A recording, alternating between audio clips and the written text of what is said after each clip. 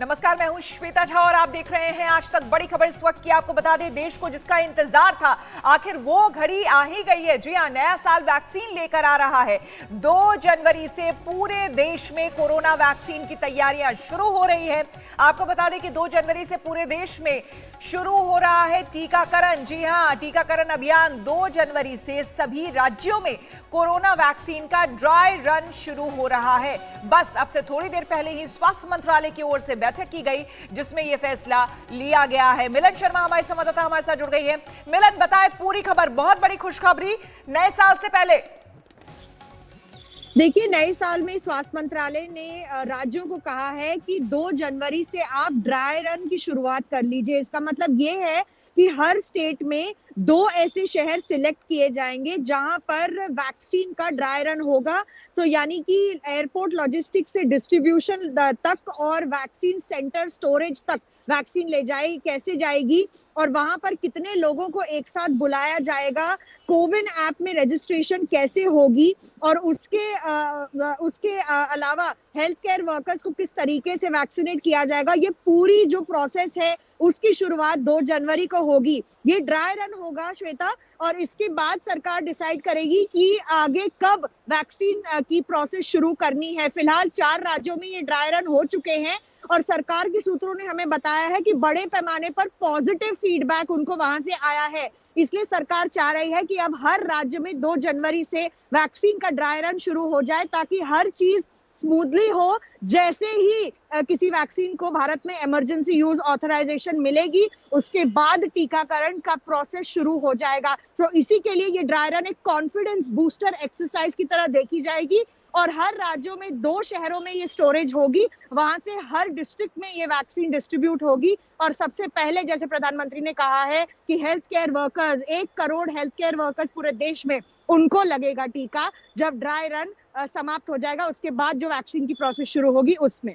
बिल्कुल, आप बनी रहे हमारे साथ। और इस बीच हम आपको बता दें कि कोरोना का वैक्सीन आने वाला है। दुनिया के सबसे बड़े टीकाकरण अभियान की शुरुआत भी होने वाली है। तो प्रधानमंत्री मोदी ने वैक्सीन को लेकर अफवाह फैलाने वालों को सावधान किया है। प्रधानमंत्री मोदी ने आम लोगों से कहा है कि वो वैक्सीन पर अफवाह का शिकार ना बने। मैं पहले कहता था, जब तक दवाई नहीं तब तक ढिलाई नहीं, बार बार कहता था। अब दवाई सामने दिख रही है, कुछ ही समय का सवाल है, तो भी मैं कहूंगा।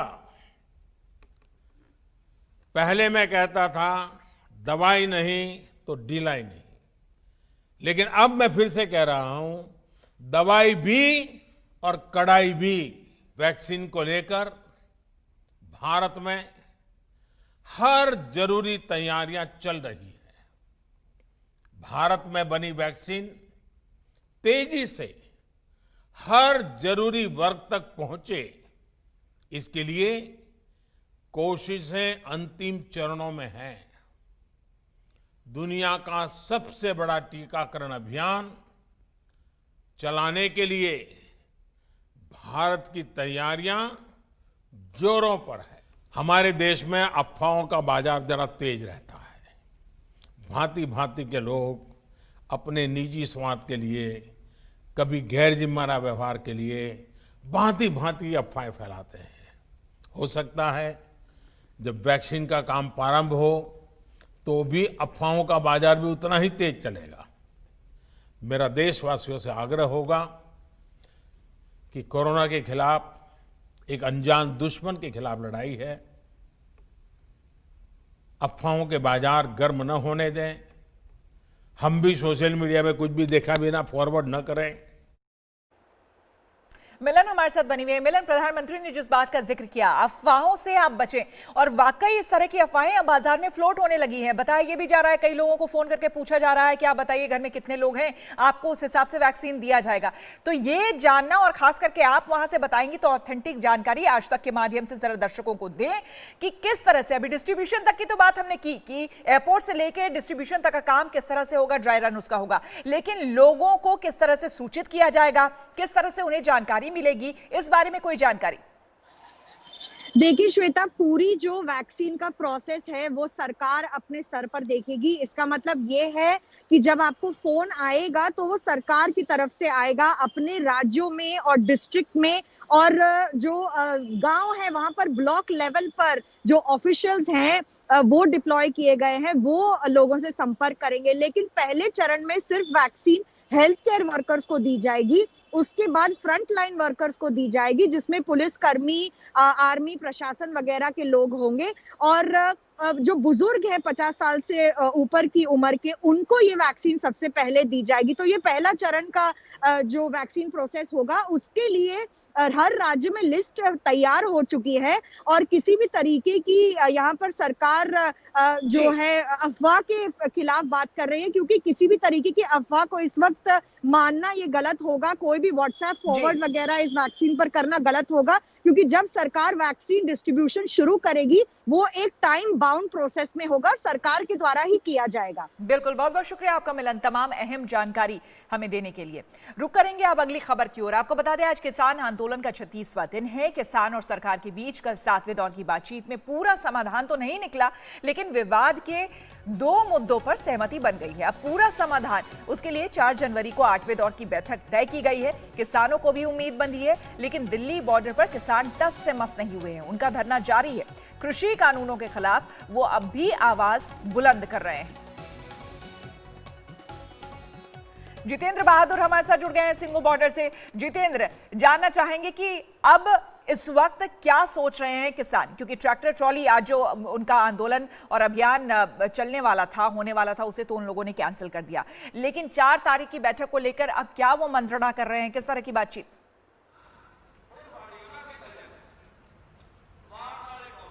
देखिए, किसान संगठन जो है वो इस बात को लेकर के अब तैयार हैं कि 4 तारीख यानी 4 जनवरी को जो बैठक होगी उसमें किस तरीके से सरकार के आगे के कदम होते हैं।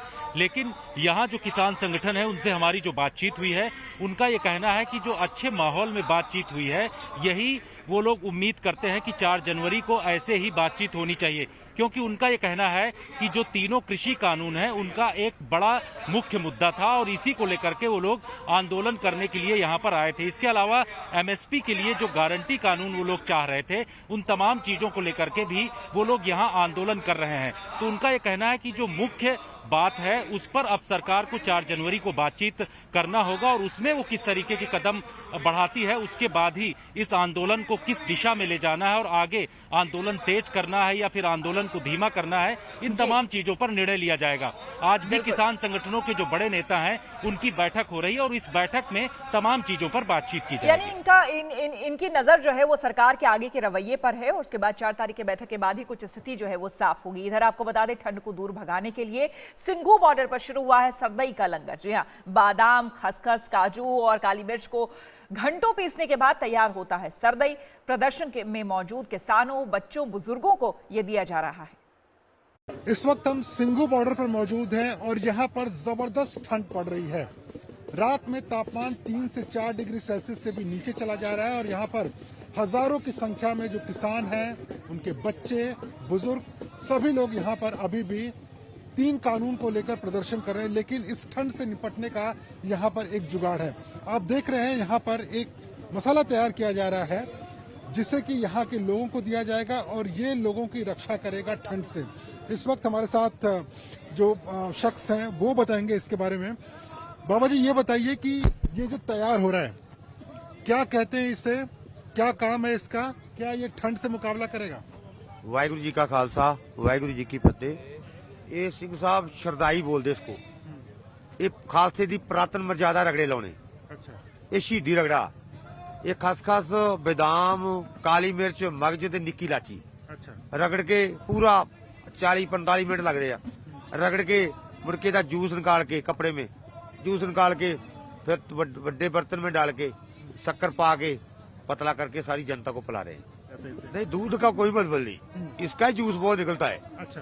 दूध पिलाया तो क्या पिलाया है, शरदाई इसको बोलते हैं। अच्छा। शरदाई बना के फिर सुबह एक बार अरदास करवाते हैं इस रगड़े की। महाराज कृपा करो, शांतमय बनी रहे, शांतमय फैसला आ जाए, शांतमय न्याय लेके जनता वापस जाए और झगड़े से बचाव हुआ, झगड़े से बचाव हो जी। ठीक है भाई साहब, इसलिए हम बैठे हैं। और सिंघू बॉर्डर पर पंजाब से आए किसानों के बीच में पंजाब की एक मार्शल आर्ट गतका को सिखाते हुए दिखाई पड़े। पिछले कई दिनों से सिंघू बॉर्डर के अलग अलग हिस्सों में ट्रेनर यहां पर मौजूद बच्चों को इस तरीके से मार्शल आर्ट सिखा रहे हैं। आंदोलन का आज 36वां दिन है। मैं इस वक्त सिंघू बॉर्डर पर मौजूद हूं। सिंघू बॉर्डर पर यहां अलग अलग तरीके के रंग भी दिखाई पड़ रहे हैं। आप देख रहे हैं कि सिख बच्चे जो यहां पर मौजूद हैं ये मार्शल आर्ट गतका कर रहे हैं। दरअसल इसका इस्तेमाल अलग अलग जगहों पर किया जाता है और खेलों में इसकी शुमार है। ये लोग इसी तरीके से यहाँ पर मौजूद हैं। कई तरीके के रंग इस आंदोलन के दौरान देखने को मिले हैं। यहाँ जो इनके कोच हैं इनसे जानते हैं कि ये किस तरीके से बच्चे ट्रेन करते हैं। यहाँ पर आप पिछले कितने दिनों से सिंघू बॉर्डर पर मौजूद हो और बच्चों को कैसे ट्रेन कर रहे हो? सर, हम पिछले कई दिनों से यहाँ आए हैं। अलग अलग जगह पे अलग अलग तरीकों से अलग अलग स्टॉपेज पे हम अपना एक अच्छा मैसेज दे रहे हैं सिख मार्शल आर्ट के जरिए। पिछले कितने दिनों से आप यहाँ पर मौजूद हो और ऐसे जो युवा बच्चे हैं यहाँ इस आंदोलन में भी आए हैं उनको इस तरीके से आप ट्रेनिंग दे रहे हैं? हाँ जी, पहले तो आए थे अकेले हम, ठीक है जी, उस ट्रालियों में आगे भर के आए थे। अब हम अपनी टीम लेके आए हैं 3 दिन से अब यहाँ हैं। कल पीछे था हमारा प्रोग्राम, फिर दोपहर बाद सेंटर में था, आज यहाँ है मॉर्निंग में। अब इसके बाद आगे फिर स्टॉपेज में होगा। चलते रहेंगे ऐसे स्टेप बाय स्टेप और ये अपने गुण सिखाते रहेंगे। बिल्कुल। तो यहाँ पर ये अलग अलग तरीके से जो गुण सिखाए जा रहे हैं इसका सीधा और साफ मकसद है कि बच्चे जो हैं यहाँ जो मौजूद हैं उनको एक तरीके से मार्शल आर्ट सीखने को मिले। और यही वजह है कि यहाँ जो सिख बच्चे हैं जो अलग अलग जगहों से आए हुए हैं उनको खास तरीके की ट्रेनिंग दी जा रही है। तो सिंघू बॉर्डर पर इस तरीके से नए नए रंग दिखाई पड़ रहे हैं। कैमरामैन नासिर के साथ जितेंद्र सिंह, आज तक। और इस बीच आपको बता दें कि गाजीपुर बॉर्डर पर बात की है हमारे संवाददाता कुमार कुणाल ने किसान नेता राकेश टिकैत से। उनका क्या कहना है, सुनिए। साल का आखिरी दिन है लेकिन कई सारी चीजें भी अनसुलझी हैं किसान आंदोलन को लेकर के। टिकैत साहब, कल आखिरी बार साल में बातचीत हुई सरकार से, कुछ चीजें सुलझी हैं? कुछ सुलझी। कल ये प्लान था सरकार का और हमारा भी कि जितनी बातों पे सहमति बने पहले सबको रिपीट हम कर ले और जितनी बात पे सहमति बने उनको पहले एक टेबल पे ले आए। तो 4 इशू थे, 2 पे बात नहीं बनी, तीसरा लेकर चलो, तीसरे पे सरकार ने ओके करा, चौथा लेकर चलो, चौथे पे ओका करा। तो ये हो कि 2 पे फाइनल हुआ तो उनको रखा, अगली पे फिर डेट रखी तो 4 तारीख में। तो आगे की बजाय पीछे से चले हैं आप? नहीं, बातचीत हुई, जोन सी पे बात नहीं हो पाई उनको पेंडिंग करते रहे, जोन सी पे बात बनी उसको ओके करा। ये हुआ कि सरकार की मंशा तो पता चले ना कि वो क्या क्या चीज करना चाहा। तो अब 2 इशू रहे तो 2 पे फिर बात करेंगे।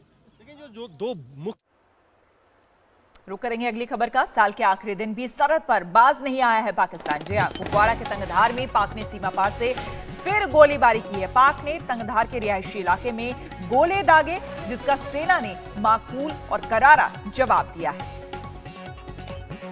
आपको बता दें कि नए साल से पहले एक बार फिर से पाकिस्तान ने अपना नापाक चेहरा दिखाया है और तंगधार में सीज फायर का उल्लंघन किया है।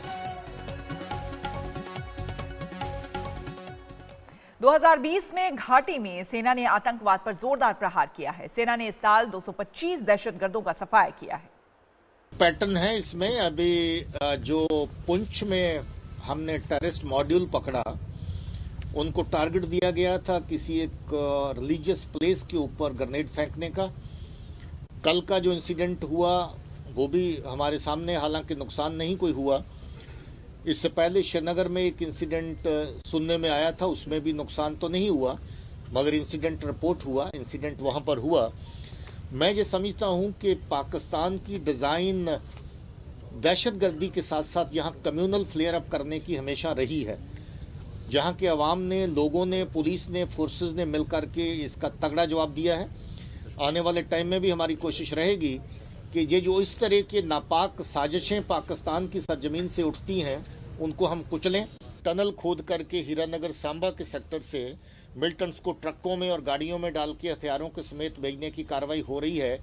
इससे भी दिखता है कि पाकिस्तान इन चीज़ों से सब्र नहीं कर सकता है, जो उसकी प्लान का हिस्सा है। इसी तरीके की कार्रवाइयाँ गुरेज के सेक्टर में हुई, कुपवारा बारामूला के सेक्टर में हुई, जिसका मुंह तोड़ जवाब दिया जा रहा है और दिया जाएगा। हम रुकेंगे यहाँ पर एक छोटे से ब्रेक के लिए, बने रहे हमारे साथ, देखते रहिए आज तक। नमस्कार, मैं हूं अंजना ओम कश्यप। हमें उम्मीद है ये वीडियो आपको पसंद आया होगा।